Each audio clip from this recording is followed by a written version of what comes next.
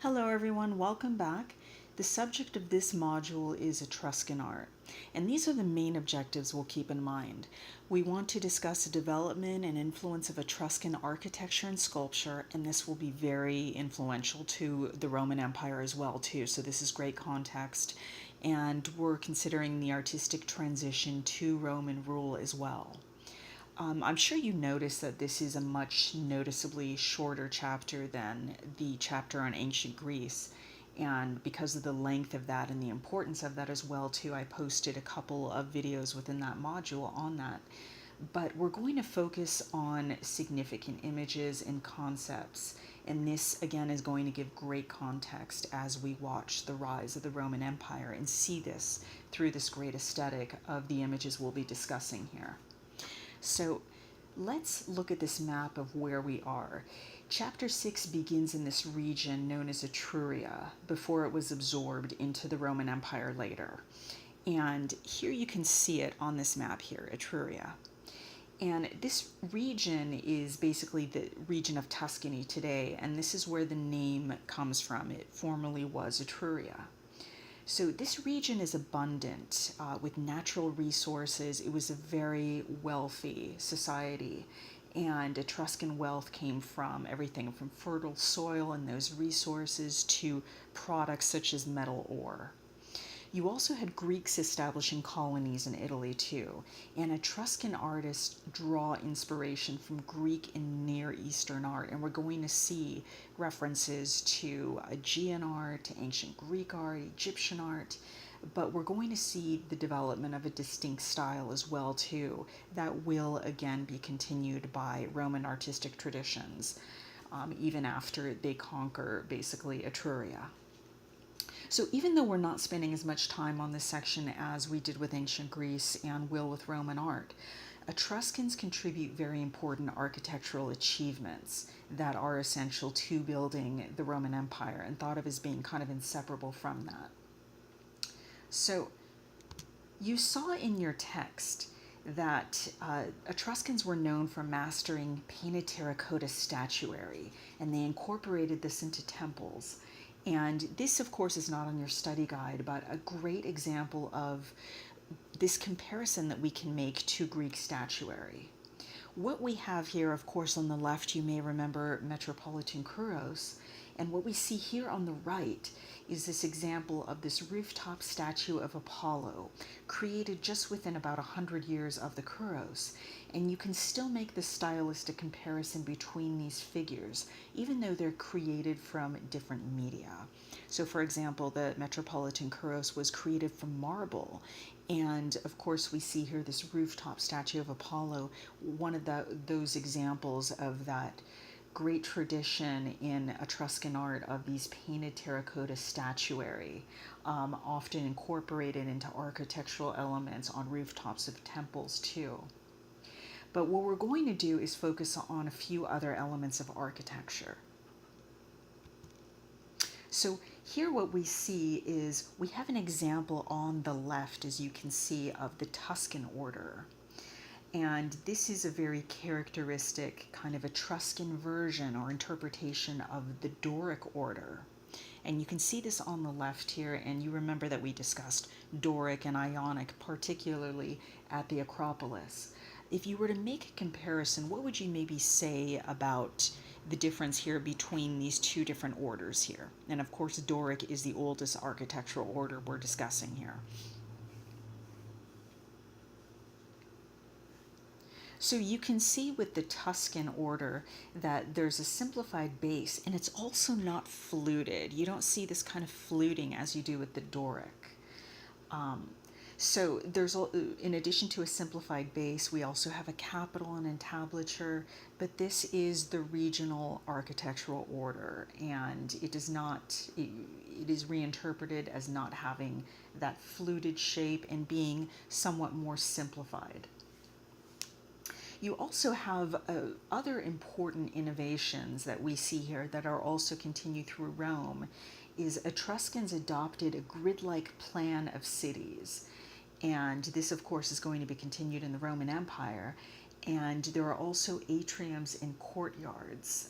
Atriums are kind of organized around this as well too. So we'll continue discussing these, and this will definitely become more relevant when we look at Rome as well as sites like Pompeii.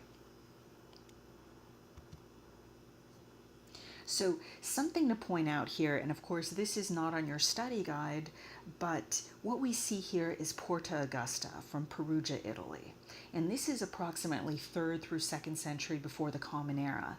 And this is one of the few surviving examples of Etruscan monumental architecture. But it's also very significant. What we see with this gate here, it's significant for using the round arch and also anticipating the Roman use of this architectural element as well too. So you see that here. And above this gate as well too, you see this decorative section, and it's this section right here. And it's filled with this row of circular panels or roundels and alternating column-like upright strips as well too. But let's move on from this and talk a little bit more about this kind of aqueduct, just to kind of prepare us for the next chapter too, give a little context of where this comes from. So again, the Etruscans were the first to make this widespread use of the rounded arch. And here we have this aqueduct. And aqueducts grew out of this necessity for water supply. And basically the arch is supporting this waterway that you see here. Those arches basically support this waterway as it flowed into this top section known as the water channel. But as we see here with this beautiful aqueduct in Segovia, Spain, which is constructed from approximately 81 through 96 Common Era under Emperor Domitian, these aqueducts and round arches took on a greater significance than that practical purpose of channeling the water. They became seen as a symbol of the Roman Empire's conquest, basically a conquest of nature as well as territorial expansion as well. So we're going to consider this, so keep this in mind, kind of the origin of the widespread use of the arch, and we're going to move on to images like this. So with our last chapter with ancient Greece, we discussed this movement away from Egyptian convention and Greek art. But we can still make this connection to ancient Egyptian art with funerary art, particularly in tombs in Etruria. So this image is on our study guide. And what we have here are the banqueters and the musicians, and this is a detail of the mural paintings in the Tomb of the Leopards in Tarquinia.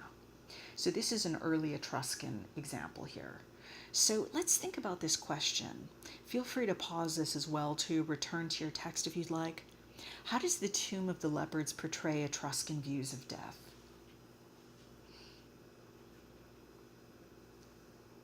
So if we're to make a comparison between this and Egyptian art as well too, on a formal level, you can see that similar to Egyptian tombs and artistic traditions, there is a differentiation of skin color, if you can see that. And that was a little bit more symbolic to distinguish men from women, as men were portrayed as having darker skin. So we saw that convention with ancient Egyptian art as well as with Aegean art too. And we also see this similarity of the deceased and kind of remains buried with possessions and evidence of wealth.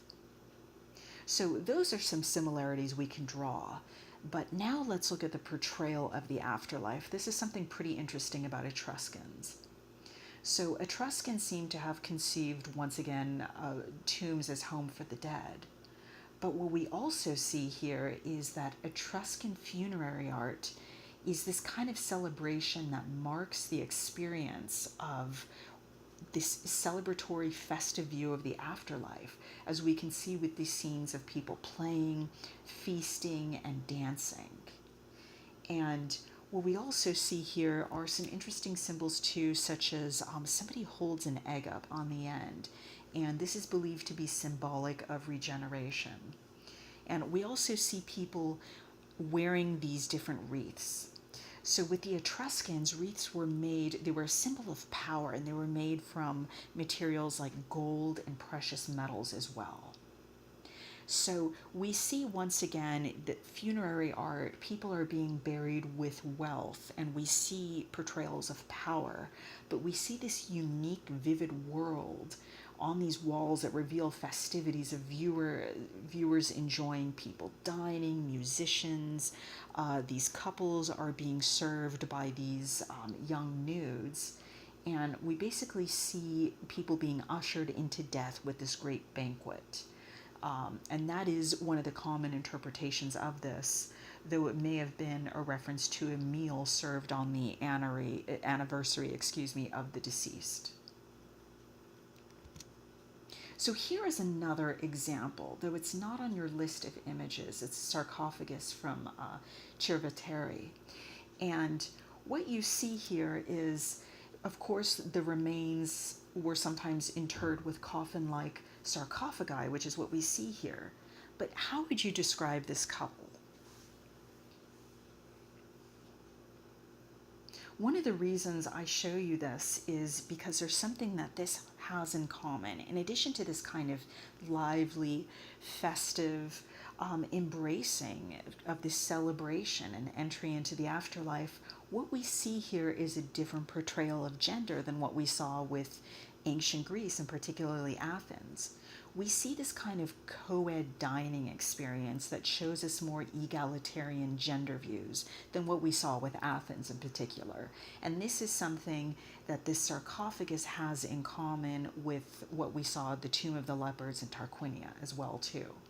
So in addition to this very festive view of death, you see this relaxed couple that would not just have been seen as informal in their pose, but also in the way they're dining together, kind of suggesting this inclusion between gender in a way that was not common in other civilizations of the ancient world, and particularly, once again, Athens as an example. So as far as continuing media and artistic traditions, what we see here is an interesting example of diving and fishing. This is on the left. And then, of course, we have dancing on the right. And these are frescoes also from the Tomb of the Leopard. But does this remind you of anything? Maybe Akrotiri came to mind. If you remember possibly the fresco of the boxers as well as the spring fresco, you'll remember this kind of emphasis on active and expressive figures. And it's pretty interesting to point out, to kind of see this dialogue engaging with some of that same subject matter in media, because it's been centuries since we've looked at Aegean art. But we still see this relationship to those aesthetics, subject matter in media as still being relevant. But now we're really going to transition into different territory here. We're going to look at some examples of later Etruscan art. So this is the question that, one of the many questions that this piece raises here. So think about this. How does this sculpture portray Rome's mythical origins? And I invite you to, pause this, return to your text, or maybe you recall something about, I of course highlight this in red, especially Romulus. Maybe you remember something about the myth of Romulus and his brother Remus. So feel free to pause this.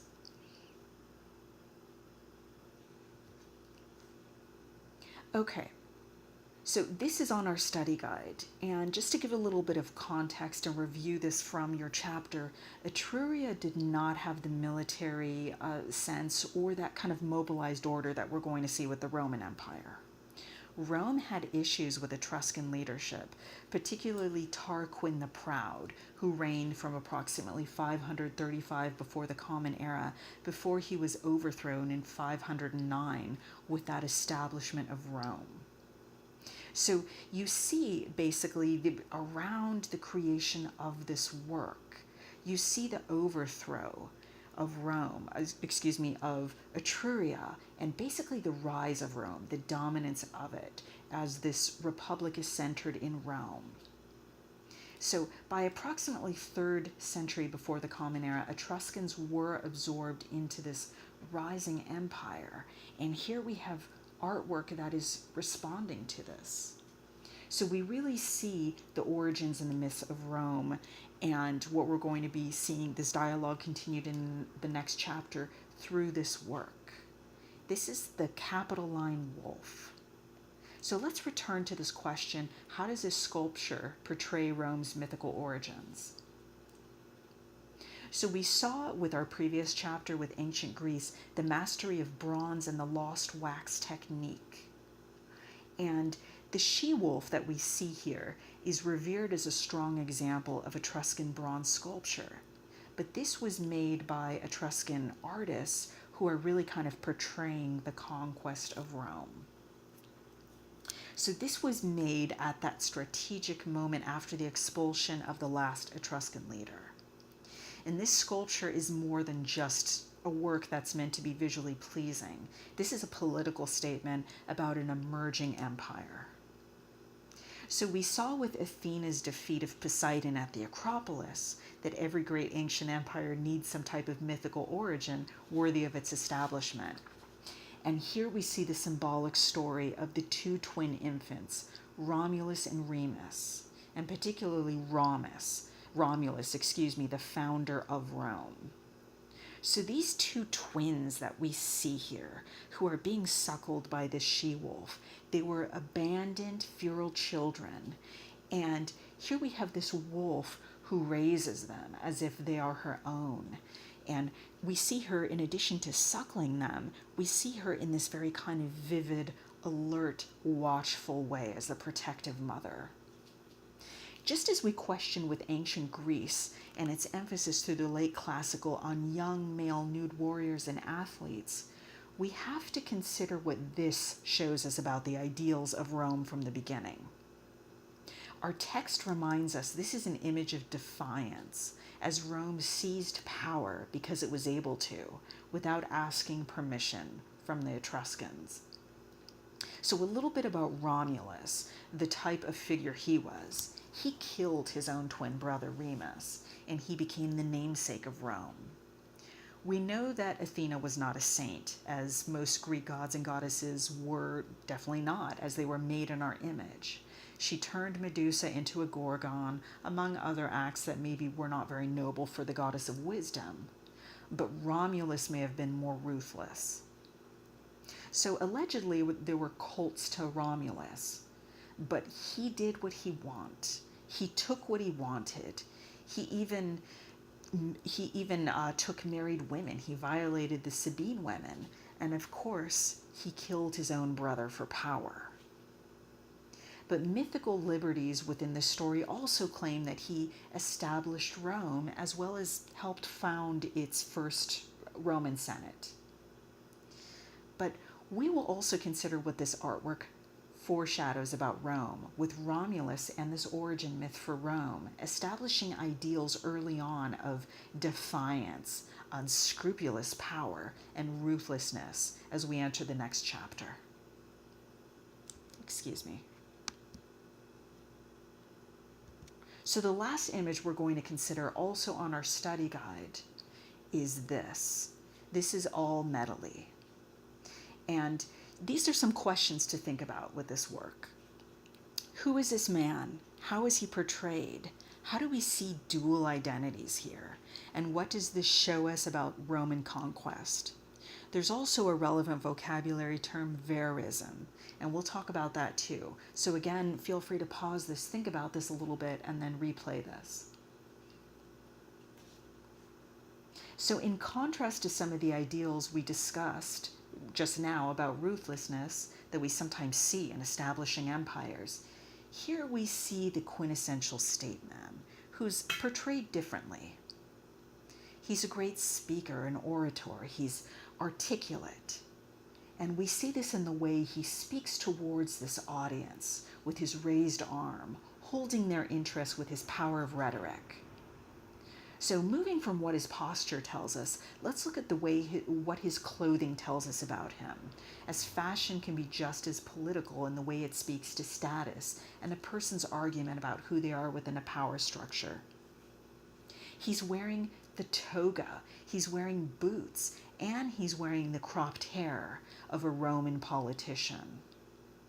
And as we see this shifting interest in verism, this is going to be a great departure from Greek art that we've looked at. We see this interest in this faithful reproduction of the immediate visual and tactile appearance of subjects. And basically what we see here as well too is there's an emphasis on experience as shown through age. This is valued by Rome. And clothing that again emphasizes this experience. So think of this in contrast to that often youthful and sometimes eroticized male nude that we looked at with ancient Greece. Here we're going to see the elder statesman, this great speaker, this master of rhetoric, who brings age and experience and authority in those ways that we see visually portrayed here. So let's consider who he is as far as nationalities. What identities are here? Is he Etruscan? Is he Roman? He looks Roman clearly through his clothing and seems to be participating in the political process. But there's this inscription, right? All metally, that reveals his Etruscan origins. So he was Etruscan, but now he's Roman. He's joined Rome. He's joined the conqueror, and he is also empowered within their political process. He has empowered himself by joining the conqueror. So in other words, he was born Etruscan, but now he's Roman, as we see that Rome's dominance over Italy is complete. So feel free to contact me if you have any questions about this chapter or anything as always.